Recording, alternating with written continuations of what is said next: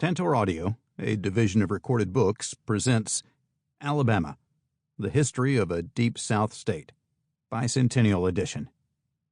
By William Warren Rogers, Robert David Ward, Leah Rawls Atkins, and Wayne Flint.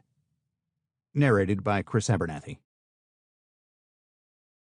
Preface to the Bicentennial Edition. Wayne Flint. Historians can be wrong.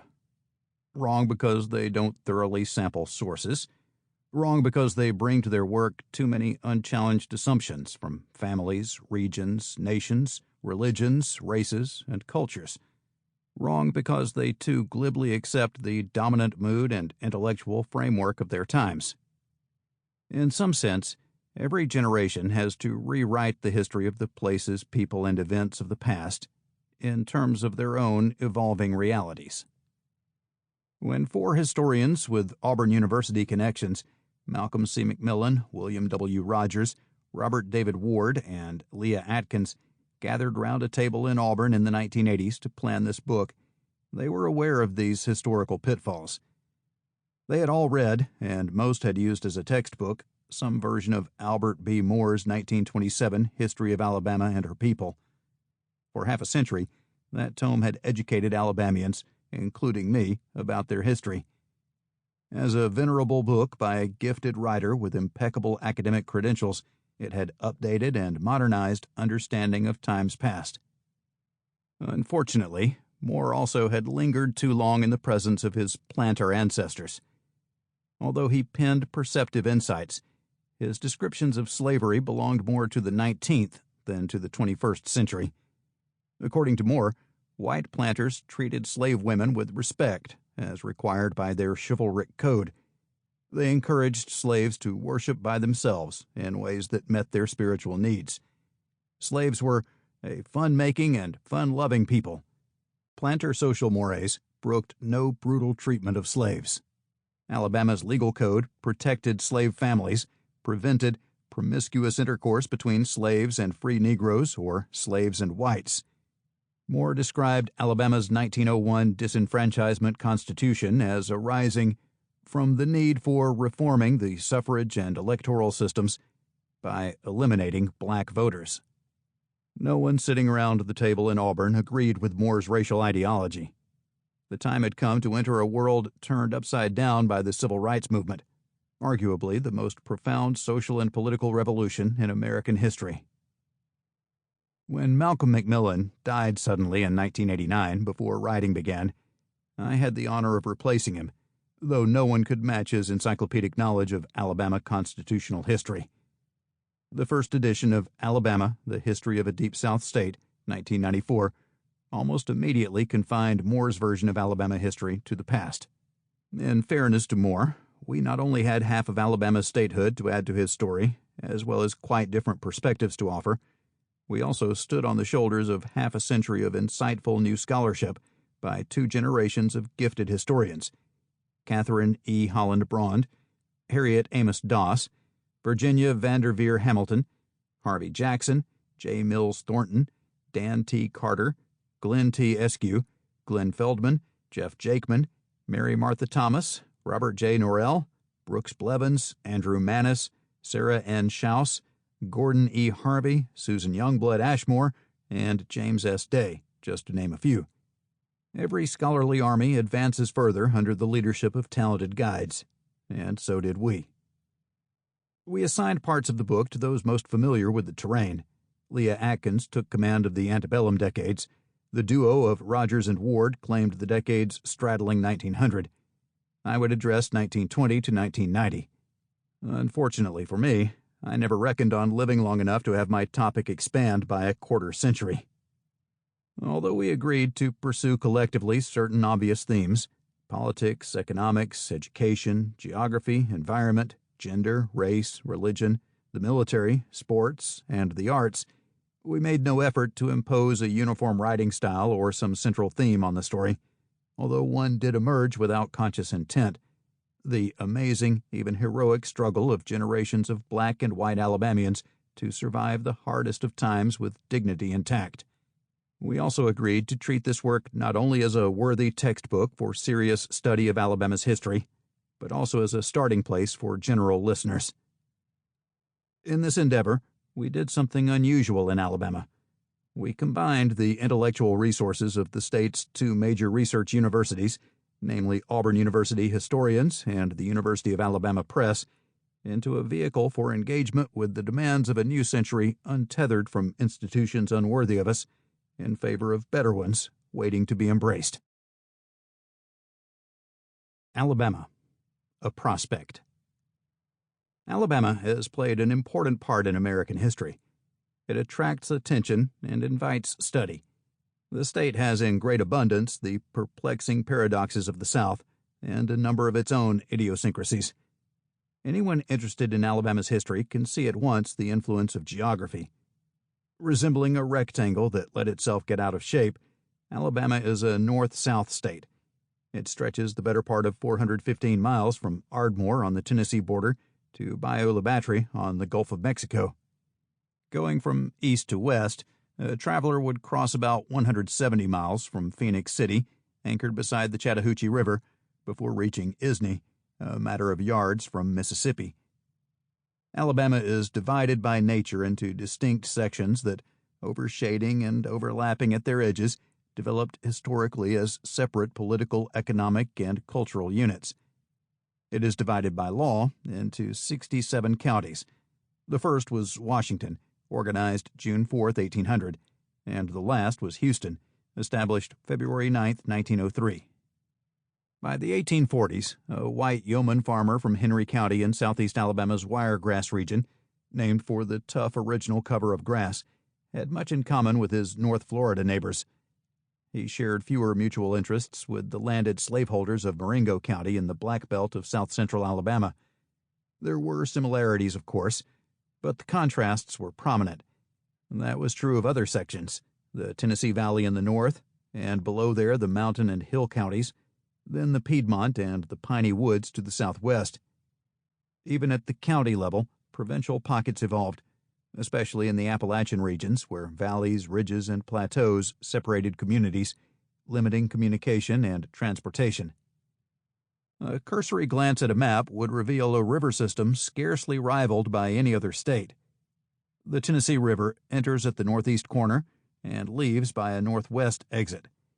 In transit through Alabama, it nourishes a valley well suited for agriculture, and its current has been harnessed for conservation and industrial production. The Coosa and the Tallapoosa rivers flow southeast through hills that suddenly change to flatlands when the streams converge near Wetumpka and form the Alabama River. There the turbulence eases, but remains steady as the Alabama meanders southwestward across the Black Belt, flows by Montgomery and Selma, where it is widened by the tributary Cahaba River, and drains what became a cotton kingdom in the antebellum period. To the west, and paralleling the Alabama's southern journey, is the Tombigbee River. That broad waterway originates in Mississippi and courses south to intersect with the Black Warrior River. Originating in Alabama's central mountains, the Black Warrior has already outflanked Birmingham and passed by Tuscaloosa. At Demopolis, the two waterways combine as the Tombigbee and continue south through the piney woods to a confluence with the Alabama north of Mobile. From there, the waters divide to form a mix of land and water that includes the Mobile and Tensaw rivers, twisting and turning and forming the complex delta around Mobile Bay and the port that is Alabama's most historic city. On the east, the Chattahoochee River forms the common Alabama-Georgia boundary north of Phoenix City and Columbus. It arrives there from the North Georgia mountains, and at a fall line, drops arrow-like to the corner of the two states and the northern demarcation of Florida. A few miles farther at Chattahoochee, Florida, it converges with the Flint River, headed southwest from above Albany, Georgia, to form the Apalachicola River, and empty finally into Apalachicola Bay. Early settlers found that much of Alabama's river system was navigable. Only the major rivers have been mentioned. And by the late 1820s, steamboats were carrying manufactured goods upstream and returning with cotton, hides, naval stores, and other agricultural produce. Peaking in the antebellum period, The river's commercial importance declined in the last half of the 19th and first decades of the 20th centuries. Late in the 20th century, the rivers again became important for commerce and industry, and as the source of hydroelectric power and recreational activities. Forests of hardwoods and pines covered large portions of the state, and beneath the earth were extensive mineral deposits, including coal, iron ore, limestone, and marble. Much of the land yielded abundant crops, and the warm weather, long growing season, and plentiful rainfall created a profitable agrarian economy. Geography was and remains a major factor in Alabama history.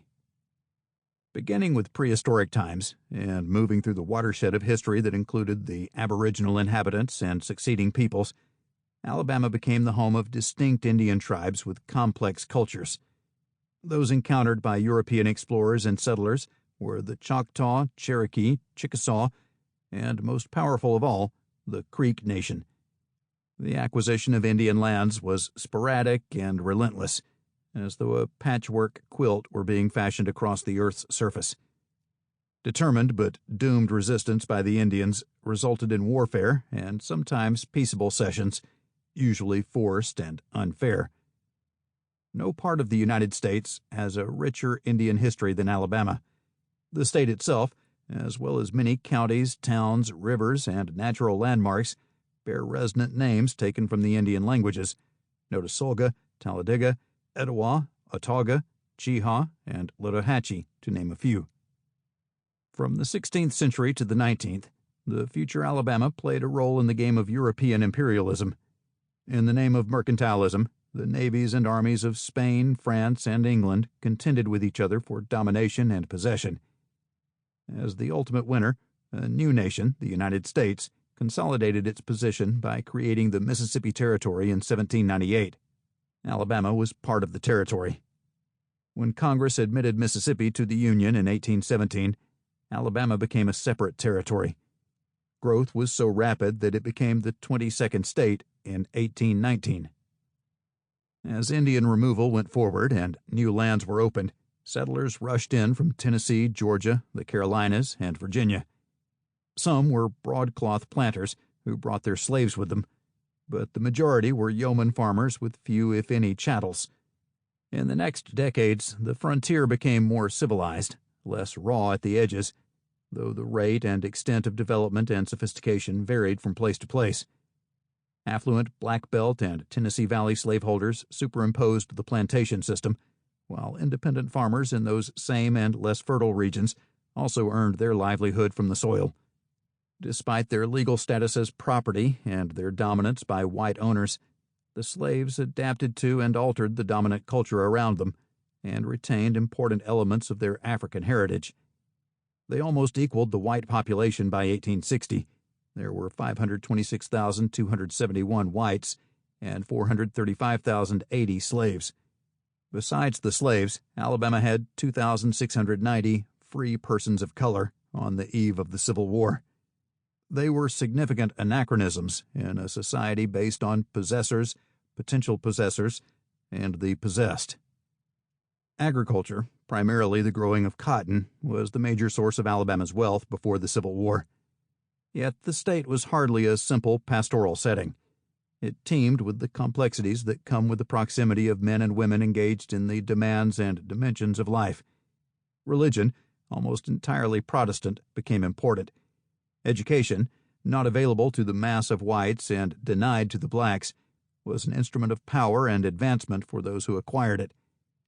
The presence and promise of railroads threatened to revolutionize transportation and economy. The perceived blessing and curse of slavery grew more intense as it became a moral as well as a political and economic question. Embryonic evidence of industry suggested an alternative basis of wealth and employment. Mobile was the principal urban city, but the growth of Huntsville, Montgomery, and Tuscaloosa portended a change from agrarian dominance. Politics became partisan and two-party as Democrats and Whigs competed, their causes presented with acrimony and intensity by talented and outspoken newspaper editors, not to mention letter writers, identified and unidentified. Nationalism was replaced by sectionalism as the debate over slavery intensified. By the 1850s, one national crisis was exacerbated by another, and the national election of Abraham Lincoln caused Alabama to secede from the Union in January 1861. In February, Alabama became a member of the Confederate States of America. Jefferson Davis was inaugurated president of the new nation at Montgomery on February 18th.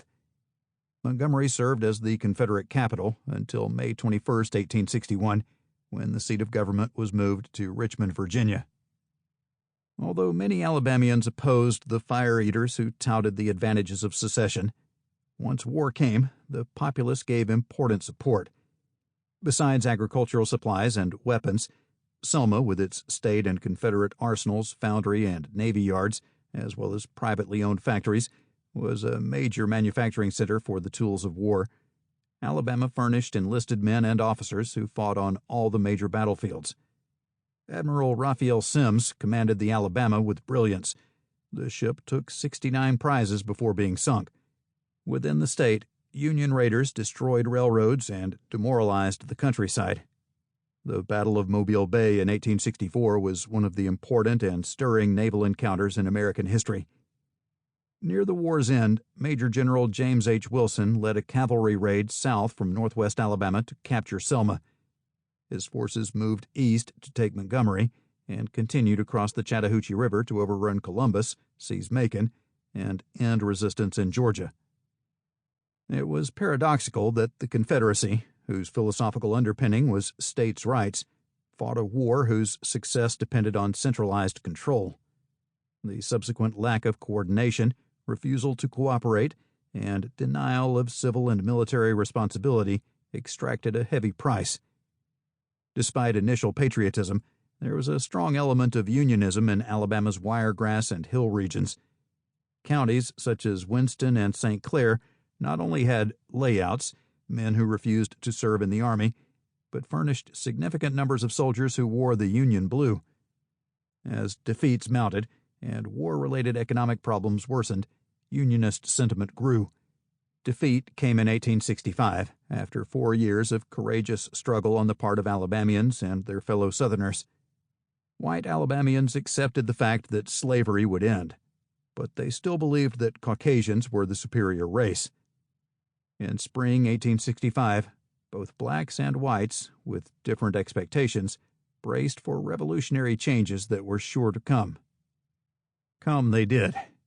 Acting under President Andrew Johnson's modification of Lincoln's moderate plan of Reconstruction, Alabama drafted a new constitution, ratified the 13th Amendment, elected local, state, and national officers, and applied for readmission to the Union. All these things were accomplished without granting blacks the right to vote, and with the imposition of black codes, special laws, that discriminated against the freedmen. The result was the defeat of Johnson by more vindictive Republican congressmen, known as radicals to defeated Southerners, and the installation of radical Reconstruction. Congressional Reconstruction included the imposition of military rule, new state constitutions that granted the franchise to blacks, denial of the franchise and the right to hold office to certain whites, and ratification of the 14th Amendment. The Republican Party was formed in Alabama and other Confederate states. Its components were white Northerners recently come south and dismissed as carpetbaggers by locals, native whites considered traitors by their neighbors and branded as scalawags, and newly freed blacks who made up the foot soldiers of the Republican Party. The coalition took control of government at all levels and included the elected and the appointed. White Democrats denounced radical Reconstruction as an orgy of corruption and misrule, bereft of anything positive. In fact, there was corruption, but there were also positive achievements. Nor were the Democrats without blame. By the time Republican hegemony ended in Alabama in 1874, the party, with all its faults, had produced an effective constitution in 1867-68, brought democracy to government, reformed the judiciary, provided for a public school system, and enacted, without the means to carry out, a broad program of social reform. Throughout the years of Republican supremacy, the Democrats wooed former Whigs into their camp and demanded the restoration of white rule. That the fervid campaign had religious overtones was seen in the oft-used euphemism, redemption. A minority of white Southerners fought back with violence. Members of the Ku Klux Klan and other night riders became a powerful force in the Black Belt and the Tennessee Valley.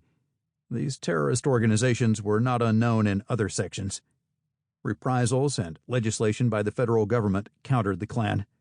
Yet, by the early 1870s, corruption in the administration of President Ulysses S. Grant, a growing weariness among Northerners of Southern stories of outrage, and a desire to reap the harvests of industry and trade brought demands for change. In 1872, Congress passed the Amnesty Act, removing disabilities from all but the most prominent Confederate leaders. The symbolic measure was further evidence that the end of radical Reconstruction was inevitable. In state after state, including Alabama, white Southerners returned to political control, a vantage point that also assured them economic power. The new rulers were the old rulers, the Southern elite, plus young men coming of age in the 1880s. They called themselves Bourbon Democrats, the name deriving from the French royal house that was restored in 1815 following the defeat of Napoleon and the Congress of Vienna. Alabama's Bourbons, many of them Civil War veterans and heroes of the battle for redemption, preached economy, honesty in government, and white supremacy. They were fiscal conservatives who drafted a new constitution restricting state indebtedness. Blacks retained the right to vote, although how they voted was controlled by the Bourbons. Beginning in the late 1870s, North and north-central Alabama experienced an industrial boom. With Birmingham as the crown jewel, other cities, Anniston, Gadsden, Bessemer, combined to manufacture iron and steel and to produce specialized goods. Coal mines and other extractive industries yielded profits formerly unknown. The textile industry, of limited scope in the pre-war era, made tentative but promising beginnings in Huntsville, the Piedmont, and the Chattahoochee River Valley. Railroads, particularly the Louisville and Nashville, crisscrossed the state. Replacing cornfields with smokestacks was accomplished with local and outside capital. The Bourbons of the Black Belt retained power but made common cause, despite certain differences, with entrepreneurs of the burgeoning cities to enact legislation in harmony with the New South Creed. That creed called for a balance between manufacturing and agriculture, backed by legislation that either benefited business positively or, if logic indicated regulation that would lessen profits, was never passed. Despite increasing economic diversification, most Alabamians continued to make their livelihood from the soil. The post-war decades brought bitter poverty to the poor white and black farmers. The crop lien and tenant farming system, intended as a temporary expedient, enslaved blacks and, as time passed, more and more whites. The majority of Alabama's farmers faced a cruel dilemma. Production costs rose, fertilizer, equipment, jute bagging, and prices for farm products declined. The result was an increase in production to offset the drop in income. But each year, surpluses piled up as profits merely broke even or turned to ascending, unpayable debt. The national economy was based on a deflationary monetary policy, and efforts by greenbackers and other advocates of inflation failed. The Patrons of Husbandry, or Grange, a national farm organization, achieved some success with cooperatives and stores in the 1870s. In Alabama, the Grange refused to enter politics because a third party would threaten democratic solidarity. No one wanted, the Bourbons declared, a return to the misrule and corruption of Reconstruction. The Agricultural Wheel, a more militant farm organization, had limited success. Finally, the Farmers' Alliance spread across the South from Texas. By the 1880s, it was entrenched in Alabama and offered salvation through a broad program of cooperative warehouses, stores, banks, insurance companies, and factories. The alliance demanded federal and state regulation of railroads and monopolies. Inflation and currency reform were also central, and the agrarian reformers devised the sub-treasury system whereby the federal government would guarantee farm prices and enlarge the money supply. Increasingly, they advocated free silver to raise the amount of money in circulation and ease the burden of the debtor class. When promises by Bourbon Democrats to pass pro-alliance laws proved to be no more than promises, Alabama alliancemen joined with other Southerners and Midwesterners to form the People's Party, also known as the Populist Party. Its national ticket failed in 1892, but in Alabama the Populists won local and state elections and elected some congressmen. Reuben F. Kolb, an apostate Bourbon, was the most prominent populist, although the party boasted a number of talented editors, writers, and politicians. Kolb would have been elected governor in 1892 and 1894 had there been a free ballot and a fair count, but Democrats resorted to fraud and intimidation that equaled their efforts during Reconstruction. After the election of 1896, the defeated Populists ceased to be a threat to Bourbon hegemony, yet their fusion with Republicans and organized labor and their appeal to black voters had been such a dangerous challenge that the Democrats determined to avoid future crises by removing the possibility of their recurrence. To do so, they decided to use legal means to circumvent the 15th Amendment that forbade voter discrimination on the basis of race. By employing a constitutional justification for disenfranchisement that had nothing to do with race, they could banish blacks and poor whites from Alabama's election booths. As the nation and the South entered the progressive age that lasted until World War I, Alabama's political leaders prepared to draft a constitution limiting progressivism to whites. In Alabama, the progressives claimed no close kin to the Populists, but they built on populist reform traditions. The progressives turned their attention to questions of railroad regulation, better government, upgraded education, and social welfare programs. Governor Braxton Bragg Comer typified Alabama progressivism, but it was a narrow reform movement at best, and at worst, it produced the Constitution of 1901. Delegates to the Constitutional Convention largely ignored the state's most pressing needs, but they accomplished their primary goal with devastating results. A complicated set of residence, literacy, property, taxation, and other requirements disenfranchised almost all black voters. In time, poor whites fell victim to the same restrictions. The process was made complete with the adoption of a primary law. The measure limited participation in nominating elections of the Democratic Party to whites. Nomination in the primary became tantamount to victory in the general election. The Republican vote was minuscule, and the Democrats were firmly in control. Their power remained absolute until 1944, when the United States Supreme Court ruled that primaries were an integral part of the election machinery. From that time forward, blacks raised the level of their struggle for voting rights to the crescendo of the civil rights movement. The Alabama of the first half of the 20th century was a state where whites ruled. Blacks remained a large minority, with little improvement in their status as second-class citizens. The state was outside the mainstream of American life, and the mainstream was far from perfect, but some reforms were enacted during the Progressive era, and determined efforts, such as eliminating the convict lease law, finally brought fruit in the late 1920s. The people struggled with the inadequacies of public education, but benefited from advancements, free textbooks, increased pay, better trained teachers, even when they fell short of actual needs. Social legislation was enacted grudgingly, but pressure was exerted, and various laws responded to human needs. Between the two world wars, Governors Thomas E. Kilby and Bibb Graves fought to apply the responsibilities and blessings of state government to the mass of Alabama citizens. Yielding to few in their patriotism, Alabamians had offered themselves during the Spanish-American War. Like soldiers from other states, they were not utilized, and they supported Woodrow Wilson and the U.S. entry into World War I. They suffered through the 1920s, although a few prospered. The people struggled to cope with a century that offered them unprecedented creature comforts: automobiles, airplanes, movies, radio. Wondrous new luxuries appeared today and became tomorrow's necessities. Modern was a word that produced fear as well as challenge.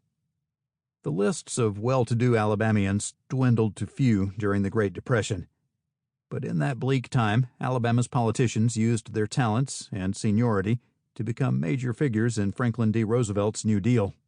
Senator Hugo L. Black, despite his earlier membership in the Ku Klux Klan, was appointed to the United States Supreme Court, and became one of the nation's most distinguished justices. In Washington, men such as House members Henry B. Steagall and John McDuffie, the bankhead. Sample complete. Ready to continue?